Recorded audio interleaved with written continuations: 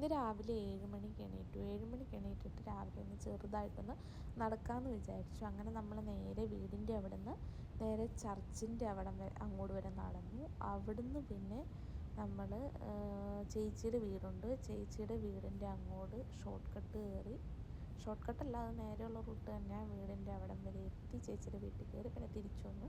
പിന്നെ ചായ കുടിച്ചു. ഇന്ന് സൺഡേ ആയതുകൊണ്ട് അതിന് ശേഷം പിന്നെ പള്ളിയിൽ പോകാൻ വേണ്ടിയിട്ട് ഒരുങ്ങി. പതിവില്ലാതെ ഞാൻ ഇന്ന് കണ്ണൊക്കെ എഴുതി പൊട്ടൊക്കെ കുത്തിയിട്ടാണ് ഞാൻ പള്ളിയിൽ പോണേ.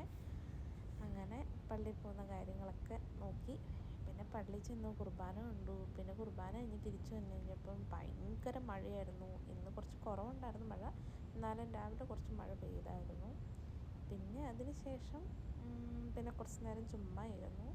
ഇന്നലെ നമ്മൾ ബിരിയാണിയൊക്കെ ഉണ്ടാക്കിയതുകൊണ്ട് അധികം പാചകത്തിൻ്റെ പരിപാടിയൊന്നും ഇല്ലായിരുന്നു. പിന്നെ വൈകുന്നേരമായി കഴിഞ്ഞപ്പോൾ ചേച്ചിയും കുട്ടികളുമൊക്കെ വീട്ടിൽ വന്നിട്ടുണ്ടായിരുന്നു.